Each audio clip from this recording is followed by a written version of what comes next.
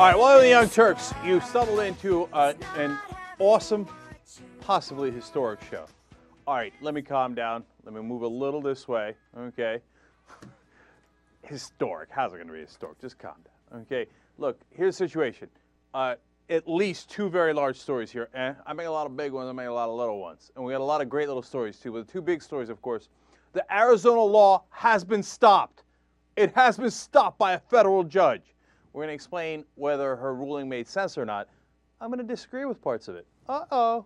Interesting. That's coming up in just a little bit. Just calm down. Furthermore, the second big story is the National Organization of Women going after Barack Obama. Is he sexist? Uh-oh. Come on. Wait a minute now. Wait a minute. Where are you going? You ain't going nowhere. You got to find out what that's about, isn't it? Okay. And I have an interesting take on that, too. I'm a little on both sides on that one. Oh, look at me pulling on Obama. All right, but before we do any of that, are you kidding me? You ready for dramatic news? Next week, MSNBC, 3 o'clock to 4 o'clock, all week long. I'm coming. I'm coming to your house. Look, the reason I'm making a big deal out of this is because it's the whole week. Now, I've already done a bunch of shows for them. I know how the standard is. This week, we get to let Jenk be Jenk a little bit more. Uh-oh. I told the producers I have 3 words for them. You want to know what they were? Release the Kraken. I'm bringing the Kraken with me. I'm bringing him, okay? I'm going to release him. Look, if ever there was a time to watch, it's next week. Because if we do well in the ratings next week, then it's this, you know what, the mainstream media cannot deny it anymore. They will have to do a concession speech. I don't know who will do the speech for them, but somebody will come out and be like, it is true, the TYT Army is too strong. We concede. Okay, I'm telling you, man, 3 o'clock Eastern, all next week on MSNBC. I'm going to host, and we're going to do it our style, as best as we can, and I think they're going to be terrific shows. I'm going to do a lot of rants. I'm going to do a lot of explanations of how conventional wisdom is wrong, how Washington is wrong, and how we can begin to fix things, and we're coming for them. We're coming. Okay, so give me a little. Okay, everybody tell your brother, tell your aunts, tell your uncles, tell everybody you know. 3 o'clock Eastern, MSNBC, all next week. Let's watch. The TYT Nation is that strong. Is that strong? Good job, Jane. I love that. Somebody called in. He believes the TYT Army is too strong. Not clear on my name. But that's what I love about the TYT Army. Who cares about me? We got to get the message out, okay? That's why I'm so excited. Not only do I get a whole week to do it, but if we succeed, then we're going to be able to get the message out in a big, big way, man. We got to change conventional wisdom in Washington. And unfortunately, one of the main ways to do that is television. So you just got to get on there. You got to storm the fortress. You got to take one of those fortresses over and get that message out. All right? Let's do it. Let's bring it. As you can tell, I'm a little excited. All right, so that's what's happening next week. Now, let's get on to some of the big stories. So, federal judge has stopped the Arizona immigration law. It was supposed to go into effect at midnight tonight, and already people had been gathering. They were daring the police to, check to see if they were immigrants or illegal immigrants or not. There was protests, and of course the sheriff over there was going to arrest everybody. We're going to get to that in a second. And all of a sudden, a federal judge comes in and goes, hold on. I'm stopping him. I'm stopping. No mas. If she actually said no mas, that would have been awesome. Republican heads exploding. No. So she said, look, we got a number of issues with this law. And you know what? I partly agree with her and partly disagree with her. So she says, the part of the law where you can, if you've pulled over anybody for any reason, you can ask them if they're illegal immigrants or not. That's going to ensnare a lot of legal residents here who don't happen to have their paperwork. It's not constitutional. She's against that. I agree with her there. Number 2, the part of the law that says that people must carry around their papers all the time. She says that's not right. I totally agree with her. I mean, what are we, like East Germany during the Soviet era? Papers! Let alone Germany from the old days, right? No. We're America. We don't carry around our papers. Well, that's crazy talk, okay? JR, come on in. Do I get to guess the part that you disagree with her on? Yes, go. Watch, check me, watch this. I've been working with you way too long.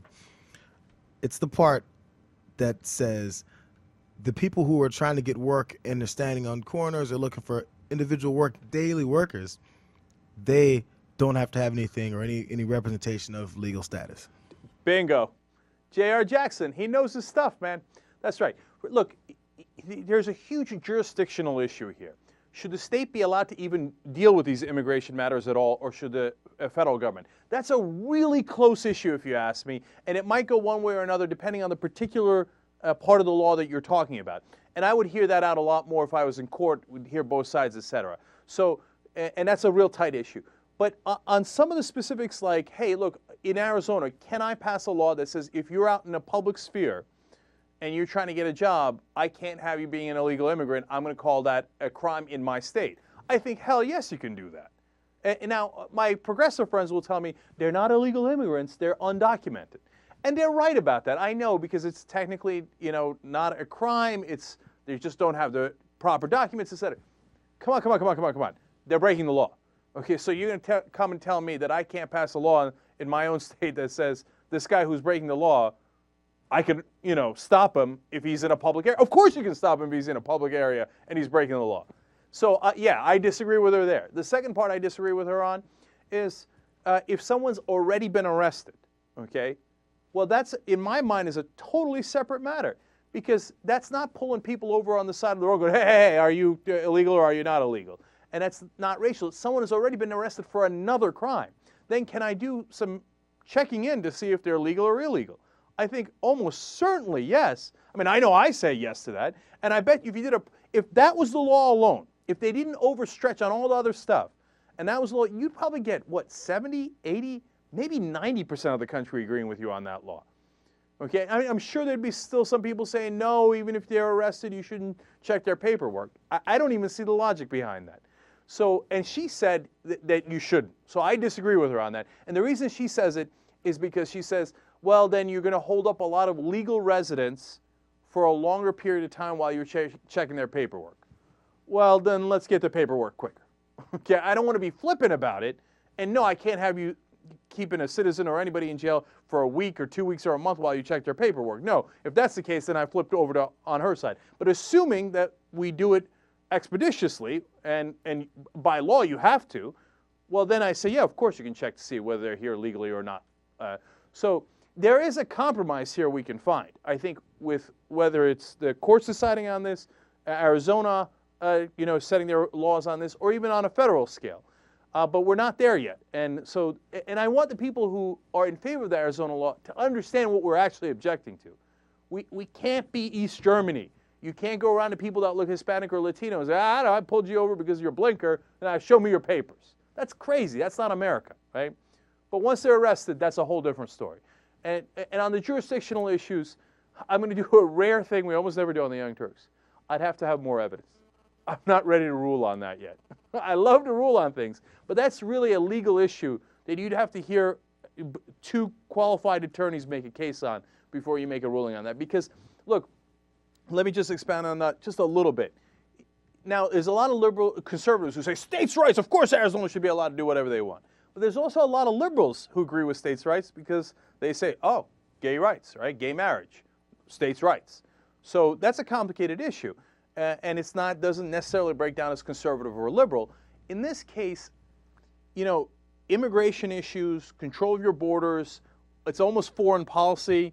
That's a very federal issue. So I'd be leaning towards the federal government. But things like where public areas that JR alluded to, what you do once you've arrested somebody for state crimes, that's a lot, it's much more shades of gray in that area, and I might rule with the state. Only the most reasonable man in America. That's all. That's all. Okay. Well, you'll have to decide that because perhaps you don't think that's reasonable at all. But the law has been blocked. Now, let's go to Sheriff Arpaio. He was licking his chops. He couldn't wait to start arresting people. This is Sheriff Joe. He's the clown that dresses people up in pink outfits and does the chain gang, and he's completely ineffectual. There was a recent study, I don't have the paper in front of me now, but it shows that the results in his county are worse than the other counties, because this clown stuff doesn't work, right? But he couldn't wait to show what a tough guy he is. So let's check him out. Clip number 1. It appears that there are groups, individuals are gearing up for some civil disobedience if this law does take effect. Are you prepared for that? What are you going to do about it? Yeah, I'm ready for it. I hear a rumor they want to block my jails. So if they want to block the jails, they can have a little trip in the jails. So we're not going to put up with any civil disobedience just because they want to show, give a message through the media about this situation that's occurring here in Arizona. Yeah, well, why don't you get some water hoses and water cannons and some dogs while you're at it, Sheriff Joe? Remind you of anything? Civil disobedience. I'll crack their skulls. I remember that from another era. How about why don't we hear them out and say, hey, you know what? Look, obviously I can't have them blocking my jail, right? But I'm going to provide an area where they can protest because we live in America. And if they don't, then obviously I got to do what I got to do if they're blocking the entrance. You see what I'm saying? Even the phrasing matters, because look at him. He's almost drooling. He's like, oh, you're blocking my jail. I got dogs. I got water cannons. These Hispanics, I'm going to show him. You know what I'm saying? Look. That's right. That was exactly, you just saw the clip. It might be adding a touch to what he said there. But you see my point. It doesn't seem like he's ready to hear the other side. It seems like he can't wait to lock people up. And it's a strategy that has not worked. Shocking. Now, we're going to do more on that later in the program, because we're going to tackle our initiative in giving billions of dollars to Mexico to stop the drug war. We'll see if that worked. You know what? Look, I've been doing a lot on that, but looking at the numbers today and the story we're going to do in the next hour, I got so mad, I'm ready to go on that too. All right, but let me do one more story for you guys in this segment. Now, Ed Rendell was on Morning Joe, and he's talking to Pat Buchanan, and they're going to start to have a discussion on whether Obama should be primaried, if there should be a Democratic primary opponent in 2012 if Afghanistan starts to get worse and worse. So let's show you that clip. It's clip number 7, then I'll come back and tell you what I think. If the president is still hanging into Afghanistan in 2011, 2012, do you see an anti-war candidate coming out of the Democratic Party? It's possible, Pat, and it really depends on how far it deteriorates. But on the other hand, if the troop withdrawal begins in 2011, if there's some signs that we're trying to get out of there, and I heard, I think you were talking about if there are only 3,000 American troops, we still have a presence. But if we start to begin to reduce our presence, I think that's probably enough to keep an anti-war candidate out of the race. Remember, in Vietnam, Johnson kept building and building and building, and there was no end in sight. If the American people and the left of our party sees a beginning of a withdrawal, I think that keeps the war. Yeah, I think that's all nonsense, to be honest with you. I was asked about this on another program today. It was on Russia Today, RT America, actually, the Alona show. And they asked, hey, do you think Obama could realistically get a primary candidate, especially if Afghanistan is going worse? All right, look, the only way you're going to get a real primary candidate against Obama is if the economy crashes again. And, and there's a worst case scenario, et cetera, et cetera. Otherwise, the Democrats aren't going to run somebody against Obama. And you know how frustrated I am with Obama, but I need you to keep it real, right? You know who'll run against him? Like Dennis Kucinich will, and he'll get manhandled. He maybe gets 8% of the vote or something like that, within the primaries. It ain't going to happen. Now, again, economic crash, then that's a wholly different question and a different situation, because that upturns all the regular rules, right? But as it is, I'm going to be honest with you. I'm going to get in your face, right? Democratic voters, I don't think, have the balls to say, all right, you know what? Obama didn't work out. He was too weak. Now we're going to bring in somebody legitimate like Howard Dean, whoever it might be, Russ Feingold. I mean, make up anybody you like. We're going to bring that guy in, and we're going to actually give him a real run for his money, and we might overthrow him and have a different Democratic candidate in 2012. That is so unlikely, near impossible. And here's and as far as the Afghanistan war, oh, come on. You think the Democrats are going to flip over Afghanistan? Look, there was a story out yesterday, and it said, funding for the Afghanistan war might be in question. I saw the headline. I didn't even read the story. It's like, please stop kidding around, okay? I don't have time to waste on stories like this. And then they had the vote, and of course, it got crushed by like a 3-1 margin.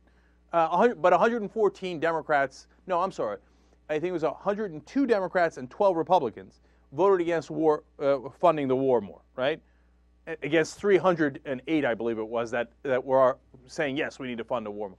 That's not close. People are bragging about that. They're like, oh, we got 114 votes. We got 114 votes to get out of Afghanistan.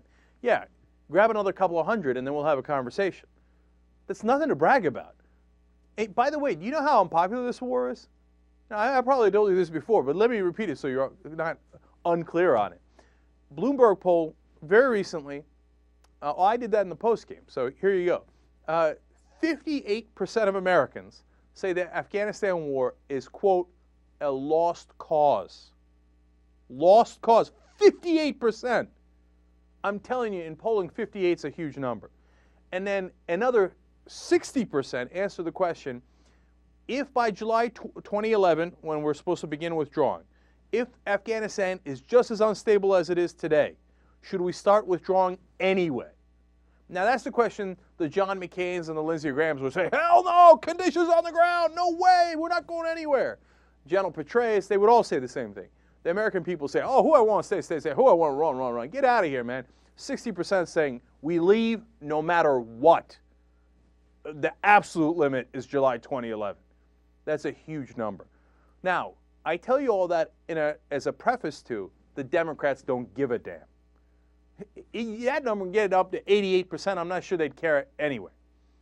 Look, how many times did the Democrats tell you, oh, we're going to get you out of Iraq?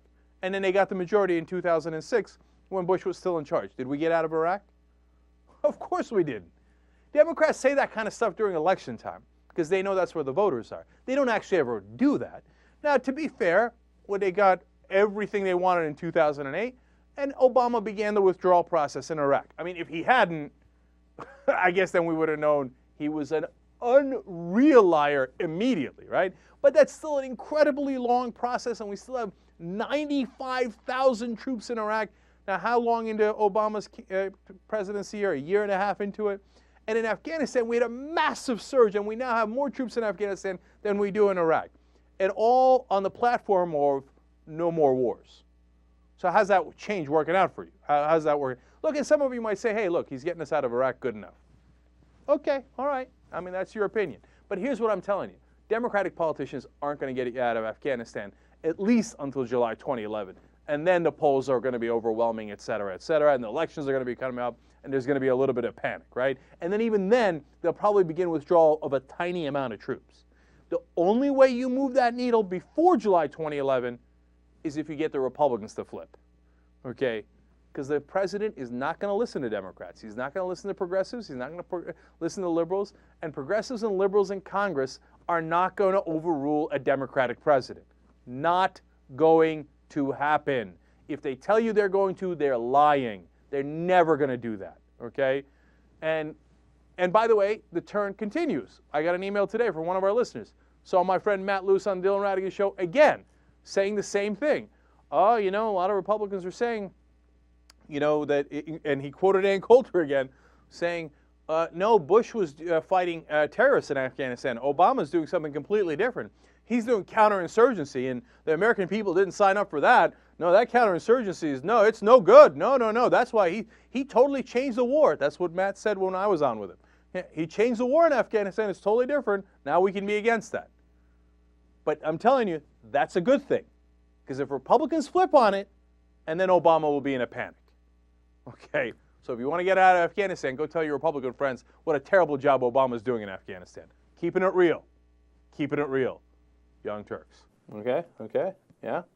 Go. Yeah, we're feeling it. Okay, now I'm in a groove.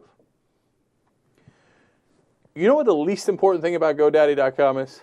99.9% uptime.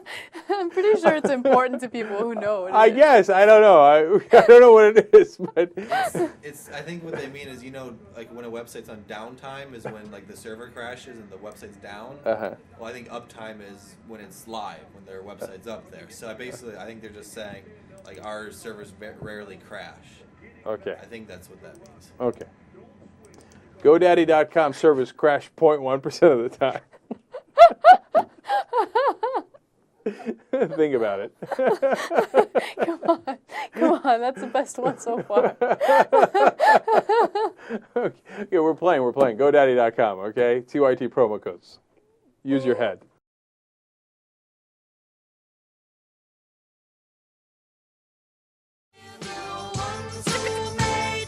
All right, back on the Young Turks. You know, I've been giving Obama a lot of crap for bending to the right-wing media, right? Have you noticed?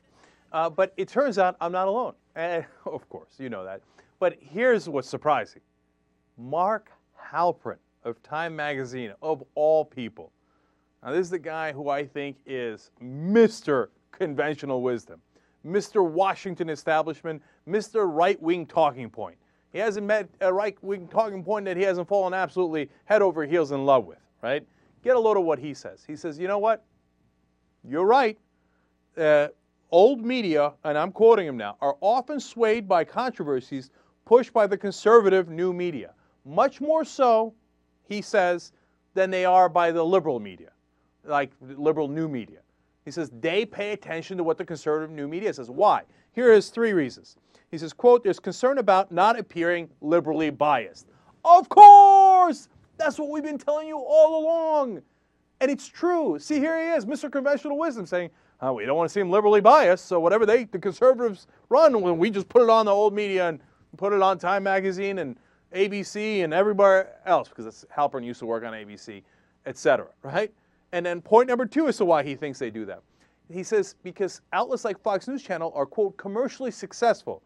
So we are left with the impression, hey, that works. So if it works for them, we should do it too.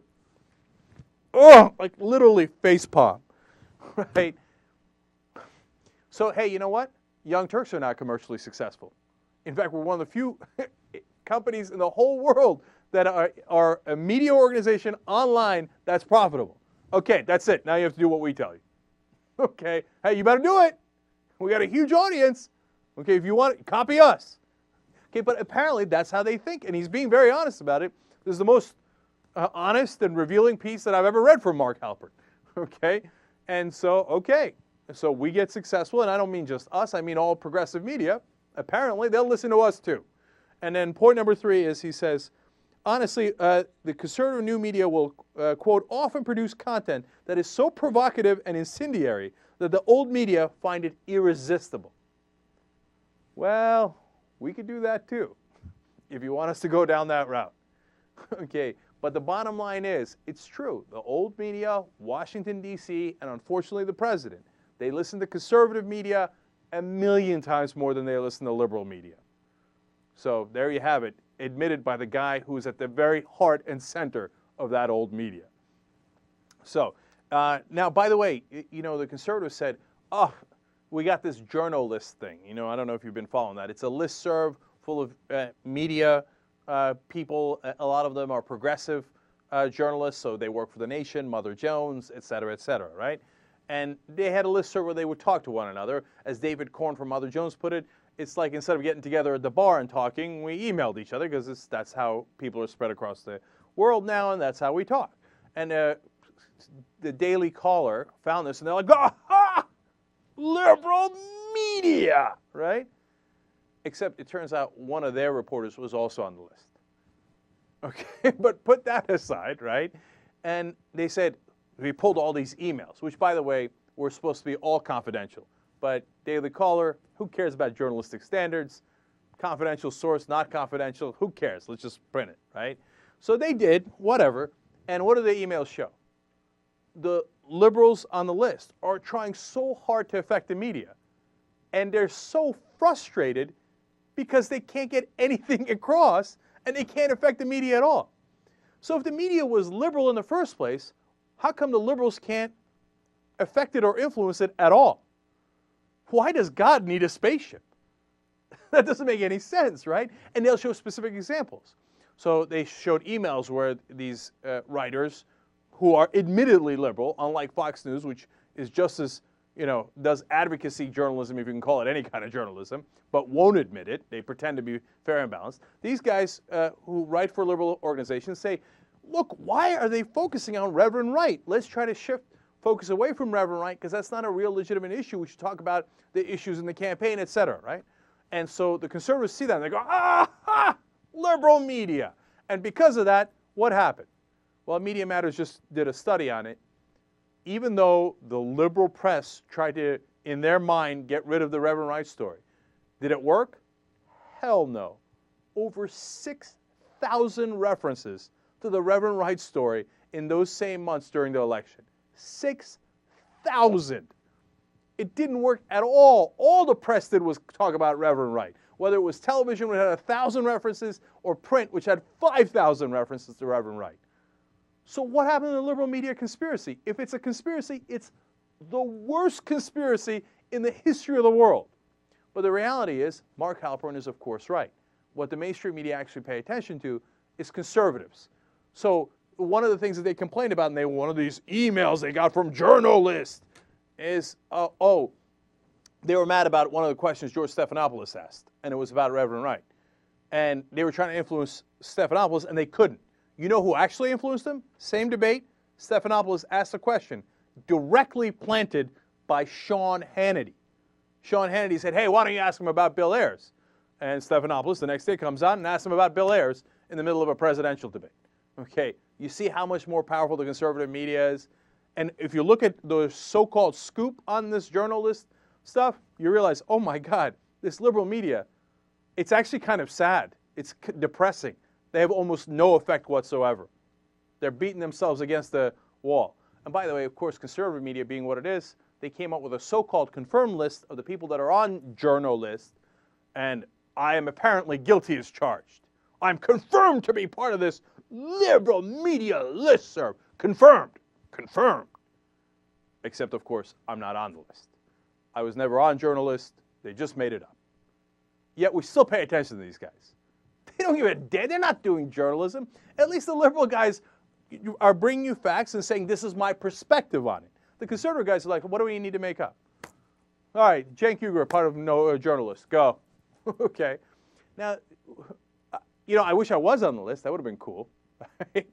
but I wasn't. I'd always like to be on some sort of enemies list.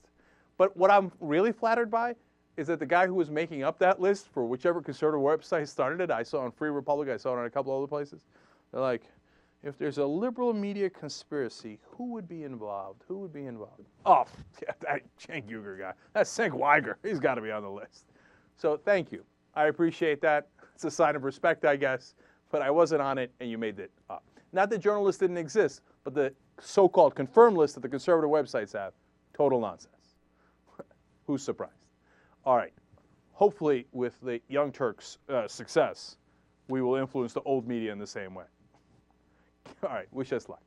All right. Anyway, so now we had financial reform pass, and so we told you after it passed that the main issue was they've kicked it over to the regulators, right? And we're going to have to see how the regulators do now because organizations like the SEC, that's the Securities Exchange Commission, Commodity Futures Trading Commission, et cetera, they have all these different rules to write. In fact, according to the legislation, those bodies have to create 243 new financial rules and commission 67 studies. Now, that's a lot of work. The SEC has 95 rules they have to come up with to regulate the financial industry by themselves. Okay, just that organization alone. Now, so what's going to happen? Here come the lobbyists. Okay, they watered it down, kicked it over the regulators during the legislation effort. Now that it's law, they're going to go over and try to convince all those regulators not to regulate them. So here comes the Army. First of all, there's a study done by the Center for Responsive Politics. They show that 500 officials have already gone through what they call the revolving door between government financial agencies and the private sector. 500. Of those, 148 of them in the last year alone, from just the executive branch working on financial issues. So they're in the White House going, all right, here's how we're going to reform them, X, Y, Z. Boom. Go through the revolving door. Very next job, within 1 year, is now working for the private sector that they were just regulating for a lot higher salary. Now, what do you think their incentive is? To write really tough rules or to write really soft rules for the guys who are about to hire them. And you think this revolving door is done? Oh, they're just getting warmed up. So nearly 150 this year. You can guarantee it'll be a similar number than a year after.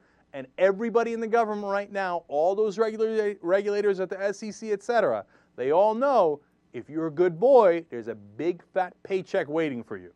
But if you don't play ball, you might not get that job for 2, 3, 4 times your salary. Now, how do you think they're going to do in regulating? My guess is pretty poorly.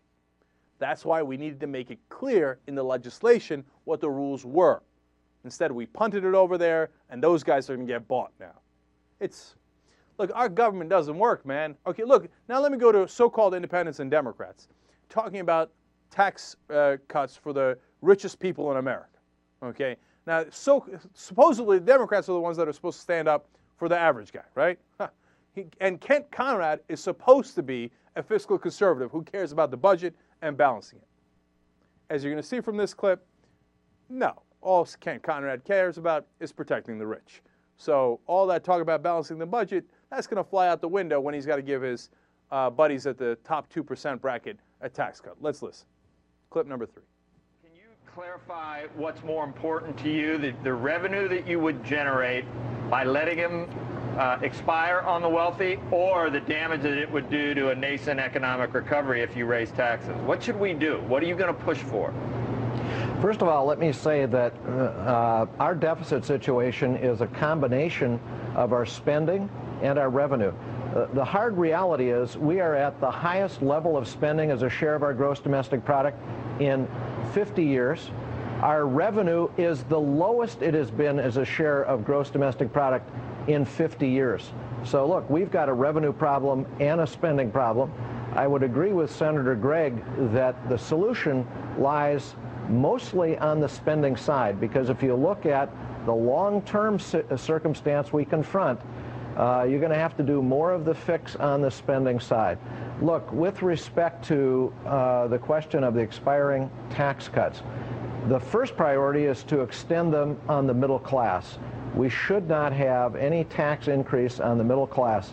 They are already overly burdened with the economic downturn. Number 2, the general rule of thumb is you don't cut spending or raise taxes in the midst of a downturn. This downturn is still continuing. 1 in every 6 Americans is either underemployed or unemployed. So we got to be very careful with the timing of what we do. There's no question in my mind that taxes have to go up on the wealthiest among us. The question is when. I don't think this is the moment. Ha ha! You see that? For so much of that, it seemed like, wait a minute, he makes sense. Half of it is spending, half of it is revenue. Well, that's certainly true. And we're at an all-time low for revenue in 50 years, and we're at an all-time high for spending. All right, that's logical. He says middle class first, but then he says, in the middle of an economic downturn like this, you know, with 1 out of 6 people either unemployed or underemployed, well, obviously we can't raise taxes for the richest people in the country, because you see how that would affect the 1 in 6 people who are or underemployed. Well, what do those two things have to do with one another? Of course, the Republican ideology that Kent Conrad buys into is, no, they have everything to do with one another. If we have the rich pay taxes, well, then they can't hire anybody. I'd say when are you going to get it through your thick skull? Because we gave the massive tax cuts to the rich, and that's what caused the unemployment in the first place. That's what caused the crash in the first place. But it's not that Kent Conrad's that dumb. It's that he's disingenuous. He doesn't really believe that. He just thinks, who cares, man? The rich are the ones who give my campaign contributions and get me reelected. So I'm going to come up with a lot of pretty excuses for saying, no, we should keep the Bush tax cuts. And one last thing on his duplicity. He said, we should focus on the spending side, not on the revenue side. First of all, why? That doesn't make any sense. You just said in the beginning they're equally important, and logic tells you, of course, they're equally important. Why can't we focus on the revenue side? And then he says, the spending's the real problem. Yeah, for the wars, which you never paid for. That's $1 trillion we've already paid for Iraq and Afghanistan. No. If you ask Ken Conrad about that and his Republican buddies, nope, they're not. That doesn't count either. So where are you going to get it from? You're going to get the money from cutting for the lower classes and middle class, Social Security, Medicare, etc. They're all, I don't know why I paused. Of course they're all liars. Of course they're all disingenuous, okay? It's ridiculous. Now, let's go to, speaking of disingenuous, the king of disingenuous. I'm being very polite here. Let's go to clip number 4 with Joe Lieberman, who's going to say the same thing. Please, please, please get more tax cuts for the rich. One of the things being discussed, I'm hearing this from time to time, and I do believe that head of the Fed, Bernanke, suggested that maybe the tax cuts be kept in place, the Bush tax cuts, for another 2 years. Where are you on that, and what's the talk? Yeah, I don't know that he specifically said that, but he's somebody to listen to. And here's what I heard from what he said. Number one, and this is really unsettling, he said the economy is of America, what it's going to do in the coming months is unusually uncertain. Now, you don't like to hear that from the chairman of the Fed. So that says to me we got to be really cautious, because we don't want to do anything that would put the economy into a second dip and cause more loss of jobs. And that's the way I approach the tax question. We got a long-term debt problem, as Bernanke said, and we've got to begin to bring our government back into balance. Probably in the long term, that's going to mean that we're going to ask more people at higher income levels. But I think right now, as we're trying to come out of the recovery, it would be a mistake. I don't know whether it's 2 years, whether it's 6 months, whether it's a year, but to just hold over these tax cuts so there's more money in the hands of people in businesses, small businesses, which create most of the jobs. A lot of people are in those upper brackets running small businesses, and let's see if we can get the economy stronger before we start raising taxes again. Oh, of course. No, he would love to bring the tax rates to what they were for, on the rich before Bush cut them, but no, not right now, no. Here's a second level of disingenuousness there that let me explain to you, okay? It's not just that he's just telling you, hey, let me delay it and I'll come back to it later. It's that legislation is coming up now. Once they vote yay or nay on that, they ain't coming back to it. They're not going to come back to it for a long, long time. And Lieberman knows that. This is his way of pretending to be in favor of that in the long run, but in reality, making sure that his rich buddies get to keep their tax cuts that causes a $678 billion hole in our budget. I can't repeat that enough to you. I know you're probably getting sick of it now, right? But and this is what I want to fix. This is what we want to talk about on national television. We did a little bit on the Rattigan Show. I want to do it all next week on MSNBC because, look, these guys who pretend to be in favor of cutting the deficit and the debt are lying. They don't care about that at all. And what does he do? He does all the Republican tricks, even though he claims to be an independent Democrat. Oh, this is about small business. No, it's not. It's about the richest people in the country. Are some small businesses in that bracket? Yeah, but that's a convenient thing for you to say, as if it's all about small businesses. No, it's going to also affect Walmart and the Walton family and all the people in Connecticut that give you your financing. Come on, get real. And then, but the most dangerous part of that, and the part of the reason we played it for you is, did you notice that little warning he threw in the middle? If you didn't, that's what I'm here for. He said, well, we wouldn't want to raise taxes now on anybody. If we did, it might lead to a second dip. Do you get what they're setting up? If you get rid of the Bush tax cuts that turned out to be disastrous, and you raise the rates back to where they were under Clinton, which, by the way, our economy was booming at that time. If you do that, and the economy crashes, well, then it was obviously your fault for raising taxes on the rich. The reality is, if the economy crashes at all, it's definitely because Obama wasn't tough enough on Wall Street. But you think they're going to say that? Of course not. They're going to say the exact opposite. They're setting them up for a fall, man. There's another article in the press today about how Eric Cantor's financing has gone through the roof, campaign contributions, because he went to Wall Street and he told the Wall Street guys, hey, listen, literally, quote, he said, you're getting buyer's remorse from the Democrats, right? Give the money to the Republicans and we'll make sure to look out for business interests across the country to make sure you guys create more jobs. Wink. And what happened after that? Eric Cantor's campaign contributions from the financial sector alone went up $460,000, an increase of 32%. And another article, it was either the Wall Street Journal or the Washington Post, showed how the Democratic Party financing went way down, right, from the financial sector, from where it was, right? So what are the Wall Street guys doing? They're punishing the Democrats, and they're rewarding the Republicans for being their butt boys. Now, if you're Obama, it's the same lesson over and over. Same thing with Wall Street, with Fox News as this. You tried to be nice to the bankers, you gave them a really weak sauce reform package, and what happened? They took their money away anyway. They gave it to the Republicans anyway. They ran all those articles saying that you're anti-business anyway. You're not going to appease them. All you're doing is setting yourself up for a second crash, which they'll blame on you for the exact opposite reason, saying that you taxed the rich too much and that you encumbered business by being anti-business, etc. When are you going to find out that fighting and getting real reform passed is a million times better strategy? All right, Young Turks. The other day, my mom came up to me and she said that she hadn't signed up for membership on theyoungturks.com yet. She said, I immediately regret this decision. But I told her that it's okay because if you sign up for membership, you can access our archives and watch shows from months ago. Go to theyoungturks.com. Netflix.com/TYT. Free trial membership for you. You win, you get $8.99 in your pocket. It's a free month. We win because we got a sponsor. Netflix wins because they got customers. What are you, crazy? Should you get it? Of course! All right, back on the Young Turks. I've got a new list of officers at Rebel headquarters, so I can't wait to dive into that. Eric Toth is a colonel.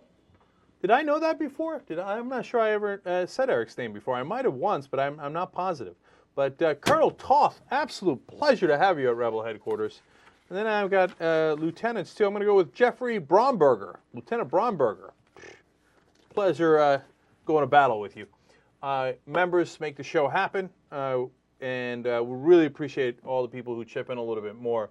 And of course, all the members get the 3-hour show. You can podcast it anytime you like. We've got a members only today. I think at the members only today, we're going to have an awesome conservative who claims to be against gays, but has an interesting revelation. JR had found this clip that I definitely want to play at some point, probably in the postgame. And then, one other thing. Yesterday's postgame, her Alejandro stories with the salsa dancing were awesome. Oh, I have so many stories for today. Oh, so you went dancing? I went dancing last Oh, night. no. The exciting conclusion of the salsa dancing stories. I literally think, and I hate to do this to you guys because I know a lot of people don't get the membership for a lot of reasons, and I don't blame you. We love everyone who watches the show. I know I'm very hokey about that. But anyway, we do want to give something extra, of course, for people who pay, right? So, and I really thought our members only yesterday might have been better than the rest of the show. Oh, really? I had a lot of fun with it. It was too, old yeah. school, man. It was good stuff. Anyway, exciting conclusion of the salsa stories in today's postgame as well. All right, what's next? All right, Catalonia has banned bullfighting. Catalonia is in Spain, which makes it a super juicy story. Super juicy.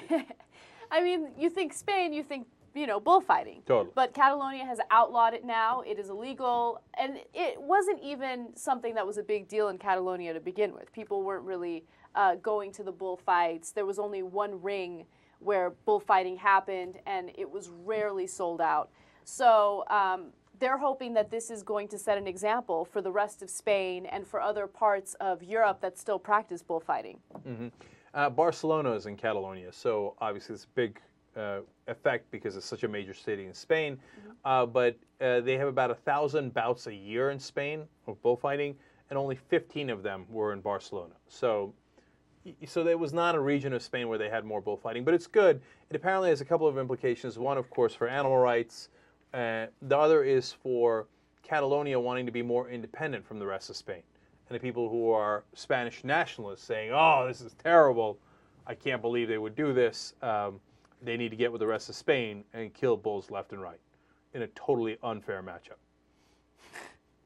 I wonder, I should ask my Spanish friends, do they really, I guess they root for the matador, right?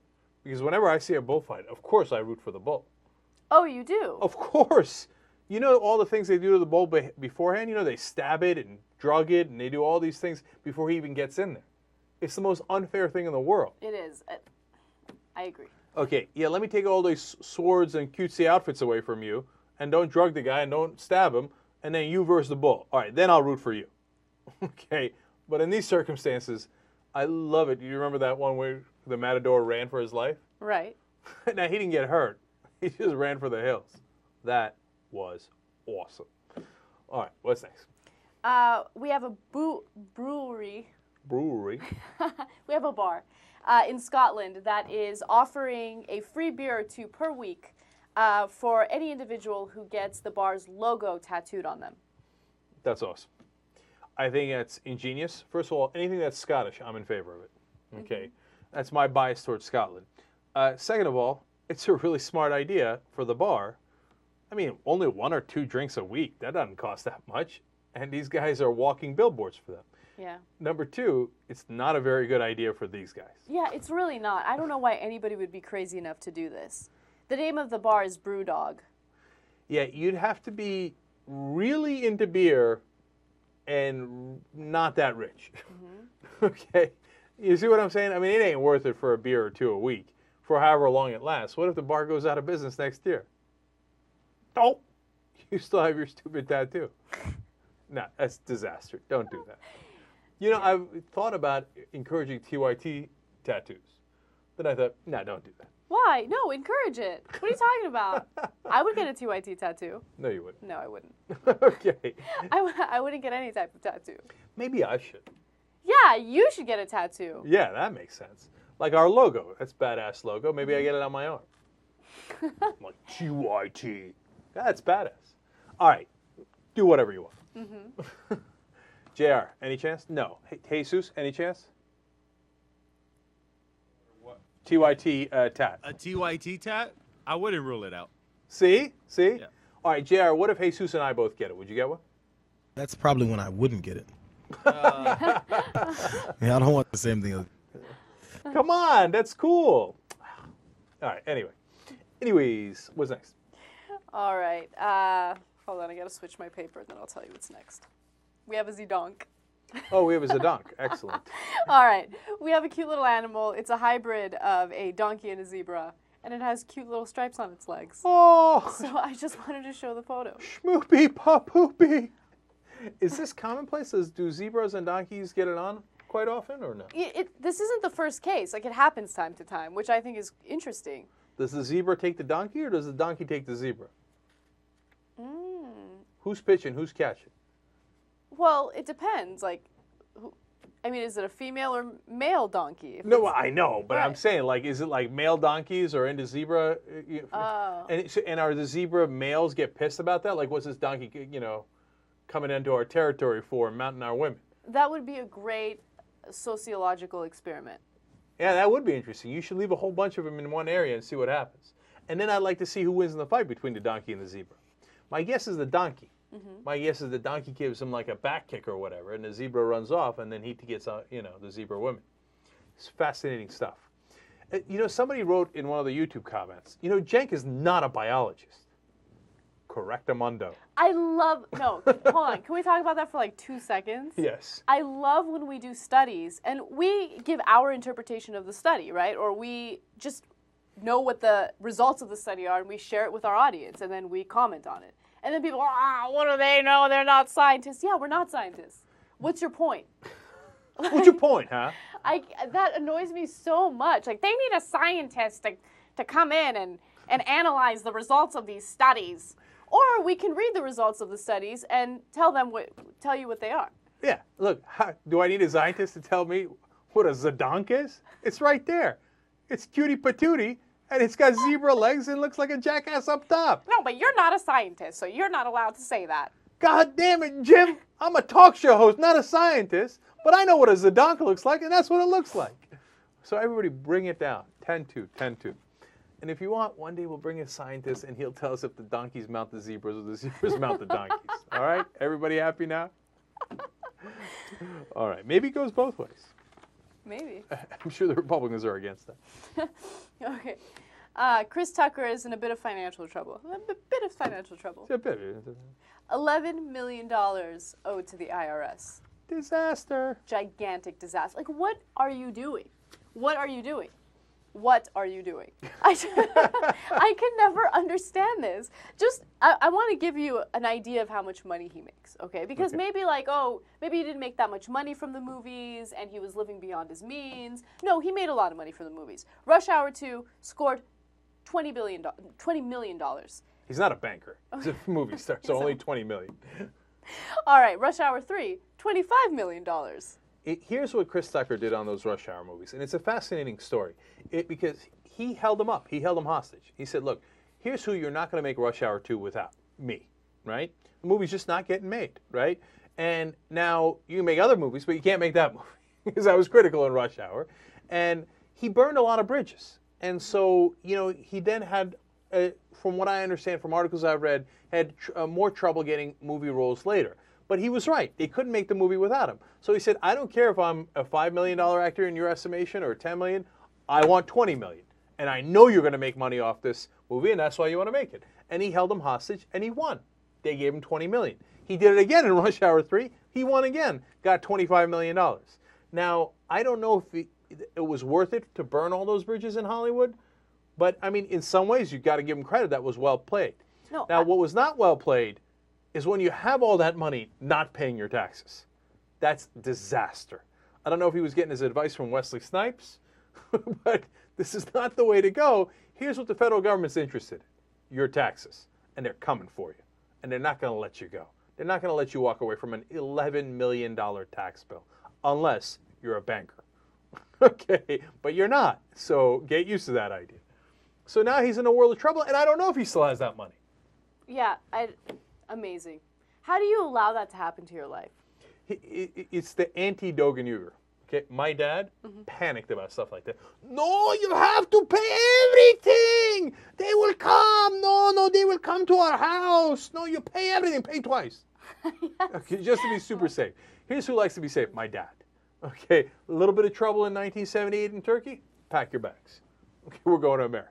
That's why I'm here right in front of you, because my dad likes to panic. No. My dad is the exact same way. My dad still has his tax documents from 1921. Like, he has it all saved in this gigantic room. And he's like, one day the IRS is going to come, and they're going to want my tax documents from 1921. And he's going to be like, haha, 1924, 1925. What happened now? I'll keep you here all day long. He has all of them. It drives my mom crazy. She's like, you're not going to need this. But interestingly enough, he did need a document from like the 80s recently. Oh, really? Yeah. Why so? I don't remember what it was. Something that had to do with one of his rental properties. Did he need a document? He needed a document. Now, here's the thing. On the taxes, he's wrong. You have to keep him for 7 years. After that, they can't audit you. They can't go back past 7 years. I always think about that. I'm always nervous. I'm like, 7, counting this year, not counting this year? Right, but once you get to like 8 years and beyond, oh, I love throwing them away. I'm like, oh, burn, baby, burn. Okay, because it's clutter. I'm sure it's not exactly right. I was a kid. I don't know what I was doing with my taxes. So I'm thinking like every year I think like, oh, there goes 2002. Whew, there goes 2003. Okay. So anyway, Chris, pay your goddamn taxes. All right, what's next? So does that mean that if the IRS didn't catch on to this for 7 years, they couldn't go back and audit him? Yeah. That's awesome, really? Well, but no. Understand, like, for example, he owed $4 million from 2001, right? Why are we still discussing that? Because they caught him in time. Do you see what I'm saying? And then it carries over, right? But if they started the case today, then they couldn't go back to 2001. Now, don't take my advice as legal advice, okay? Seek your own legal advice. Damn it, Jim, I'm no longer a lawyer. I'm a talk show host. They need a lawyer in there. They can't just have Jake telling people what to do with their taxes. Okay, but that's generally the rule, okay? All right. All right, let's do, can we do one? Real oh, yeah, I want this one. Go. Brad and Angelina Jolie, Brad Pitt and Angelina Jolie just spent $40 million on a vacation home in Italy. All right. Now, we go on some rants against, what appears to be rich folks in this country. But, and I keep telling you, but people don't believe it. I don't have any problem with the rich, okay? It's just if the bankers took our money, I don't want them taking our money. It's that simple. Doctor makes his money, he makes his money. What am I going to do with that? I don't want the health insurance companies robbing us to get richer. That's different. Bill Gates makes his money. Okay, Brad Pitt and Angelina Jolie, they do movies. God bless their hearts. They're rich. What are you going to do? But I want to re-emphasize, furthermore, I'm actually incredibly envious. Oh my God! Look at that. That's amazing. And I want to be clear on the record. I'd love to be rich. I'd love to have a $40 million house. I probably wouldn't get it in Italy, but look at that house. To me, some people say, oh, that's ridiculous and totally unnecessary. You're totally right. I'd still love it. Okay? Yeah. I'm a human being. If you cut me, do I not bleed? When I see pictures of $40 million houses, am I not envious? I am. That'd be great. You know, one of my favorite things to do is watch those shows. I don't know which network it's on or whatever, but it's one of those shows where people go looking for houses to buy. And I was watching this one episode where a couple was looking for a vacation home in Greece. And they were finding these amazing, like, buildings that were built hundreds of years ago. And it's amazing, like the history, the architecture. Like, oh, God, I love it. I just want to be rich so I can buy a random vacation home in Greece. I don't know about Greece. That's a little questionable. But outside of that, I totally agree. One of my things, like one of the reasons that I'd love to be rich is homes. I don't know why, but I love the idea of having, you know, like these gorgeous homes. I mean, what do you mean? I don't know why. Everybody wants it. I mean, I think most people think that's you know, you see these pictures and it looks great. Can you do much with this, though? I mean, if you don't live there or if you maybe go there twice a year or something. I mean, I just wonder because I understand that. But like Jay Leno has an insane car collection. People go, what does he have these cars for? I completely understand that. I know he doesn't drive each one each day of the week, but I think it's awesome. But I can't imagine having 10 homes all over the world. I would never use it. It's such a waste of my money. Exact opposite. I think the 18 cars or 28, 48 cars, what a waste. You're not going to drive those cars. They're just sitting in your garage collecting dust just so you can feel better. I know it's absurd. It's all a matter of taste, right? But for me, yeah, I'd go to the different homes. I got this dream that one day I retire and I'm writing books. And I'm like, oh, please, I'm in my cabin in Colorado. Look, but the trick is you got to earn the money, okay? And you got to do right, okay? If you do right, you earn the money, God bless your heart. If you got to cheat to get there, you got to do wrong to get there, then it ain't worth it, right? And so now, and some people, their taste, like Wendy says, what do you need a house with? Like, if they have 15 bedrooms in that house, right? And JR's with that, right? Me, I love that idea. I'd sleep in a different bedroom every night. I'm like, shall we retire to our 13th bedroom? Okay, but it ain't worth it if you do wrong, okay? So you got to get there right. But can you really use them? I mean, I think it's the exact same argument with the cars. You can't drive 300 cars. Some are going to get dusty. Some of these houses are going to get dusty. Can you use them all? I understand 2 houses. Let me give it a shot. I understand 3. Okay, let me give it a shot. Look, again, in my dream, I'm retired. I'm writing books. I'm going to New Jersey. I'm going to Miami. I'm going to Colorado. I'm coming to L.A. I've got an apartment in New York. And I'm living it up. I'm just keep rotating. You can't catch me. Catch me if you can. We all have dreams. All right, Young Turks.